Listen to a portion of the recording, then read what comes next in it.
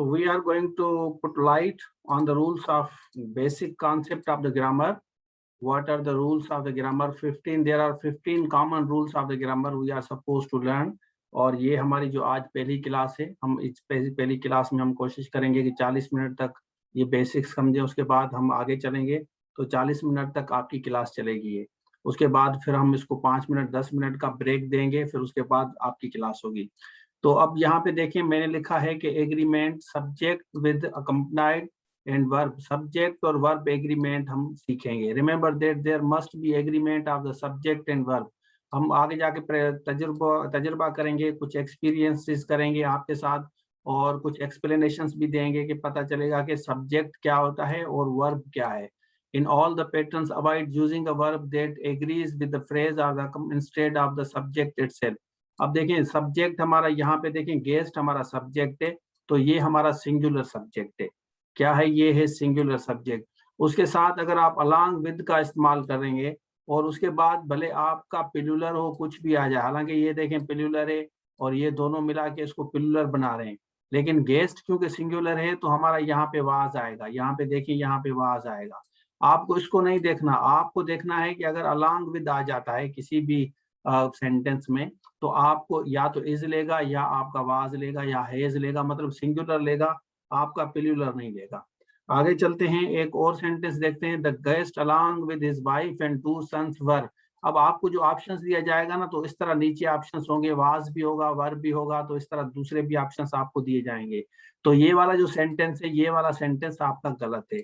तो जैसे मैंने अभी आपको बताया था, गेस्ट अलोंग विद हिज, तो अलोंग विद जब सेंस देता है तो वो सिंगुलर को मॉडिफाई करेगा।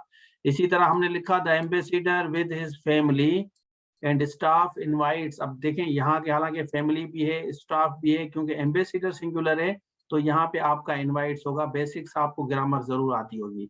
उसके बाद मेरी अकम्पनाइड बाय हर ब्रदर, ये अकम्पनाइड भी अगर आप लफ्ज डालेंगे तो इसके साथ भी इसी तरह हम इस्तेमाल करेंगे।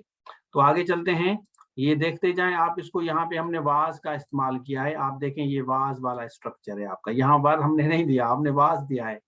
आगे चलेंगे, द कलर, फोर्थ सेंटेंस है the colour of the flower. हालांकि फ्लावर्स जो इसके पास, जो इसके बिल्कुल साथ है, ये पिलुलर है, लेकिन क्योंकि रूल है आपका कलर सिंगुलर है, तो यहाँ पे हम सिंगुलर देंगे। The colour of the flowers is beautiful.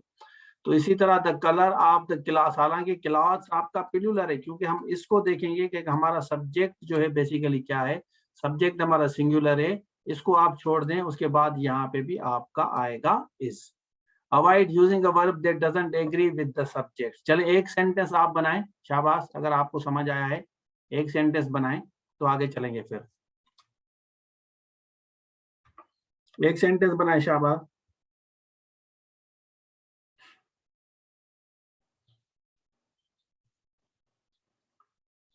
शाबाश, बनाएं, एक सेंटेंस बनाएं। Hurry up. I would like to see how many of you have understood the concept that I have just given. You can make mistakes, don't worry about this, even if you are making some mistakes. अगर गलती भी हो रही है तो आप उसको छोड़ दें, कोई इशू नहीं है, हम इसी तरह इम्प्रूव करेंगे with the passage of time. आप भी सीखेंगे। एक सेंटेंस आप बनाएं, इसका इस्तेमाल करें, जैसे मैंने आपको अभी बताया कि आप इस तरह इस्तेमाल कर सकते हैं स्ट्रक्चर को। The colour the houses is wonderful. The colour of the houses होगा बिलावल, the colour of the houses, हाँ ऑफ आएगा।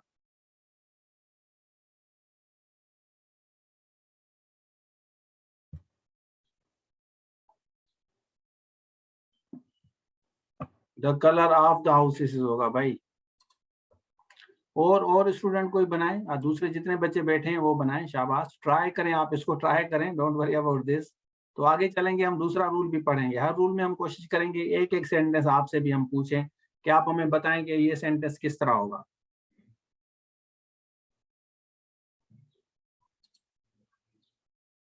शाबाश। The trees were beautiful. Trees अलग बात है भाई, यहाँ पे सब्जेक्ट वर्ब एग्रीमेंट का हम सीख रहे हैं।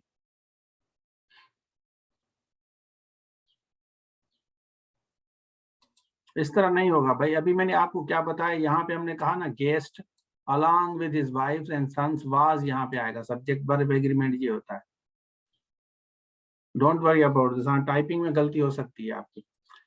चलें आगे चलते हैं, सेकंड रूल की तरफ हम चलते हैं। रूल नंबर हमारा 2 है। अच्छा, आपका जो स्केड्यूल जो हमने आपके साथ शेयर किया है वीकली, उसको आपको फॉलो करना होगा। जितने भी टीचर्स हैं अपने टाइम के हिसाब से, जैसे पीर साहब की, डीआईजी साहब की क्लास है, जमील साहब की क्लास है, जितने भी हमारे सीएसपी ऑफिसर्स हैं उनकी classes according to the schedule होगी, टाइम पे होगी। तो दोबारा पूछने की कोई जरूरत नहीं है, आप आराम से उसी टाइम आ जाएंगे। हमारा 6 जो टाइम है, 6 से 5 मिनट पहले आपको इंशाल्लाह वो वीडियो जो भी आपकी लिंक होगी शेयर की जाएगी। चलें आगे चलते हैं। अब यहाँ पे देखें इनडेफिनेट सब्जेक्ट्स क्या है, किस तरह हम इसको इस्तेमाल करते हैं, जिसमें आप एनीवन का इस्तेमाल करते हैं, ईदर का करते हैं, neither, anything, everyone, no one, whatever, या ईच का, या एवरीथिंग का, या नथिंग का, या हुएवर का इस्तेमाल करते हैं। तो इसमें हमें क्या है, हमें देखना है कि everyone who comes to attend my class, अब इसमें ये वाला सही है या ये वाला सही है? Who comes to attend my class, gets late आएगा या गेट लेट आएगा, इसमें बताएं, इसमें कौन सा सही स्ट्रक्चर है? एवरीवन हु कम्स टू, अब देखें यहाँ पे हमने लिखा है एवरीवन, एवरीवन हमने लिखा है यहाँ पे, और इसको हम मॉडिफाई कर रहे हैं इसके साथ एवरीवन, यहाँ हमने कम्स लिखा टू अटेंड माय क्लास, तो ये इसी तरह ये सब्जेक्ट वर्ब एग्रीमेंट के साथ मॉडिफाई होगा। गेट लेट नहीं होगा, गेट्स लेट होगा। भाई बिलावल सही कह रहे हैं, इरफान इज राइट। आशिर भाई ये गेट्स होगा आपका, ये गेट नहीं होगा, ये वाला गलत है, ये वाला आपका सही है। Everyone who works hard always succeed होगा। देखें ये एवरीवन है सिंगुलर, तो इसको वर्क्स हार्ड ऑलवेज, यहाँ पे आप जब पैराग्राफ डेवलपमेंट करते हैं तो गलती करते हैं। Everyone who works hard always succeeds आपका होगा, ऑलवेज सक्सीड्स। ये रूल नंबर 2 है आपका, जिसमें इंडेफिनेट सब्जेक्ट का इस्तेमाल किया जा रहा है।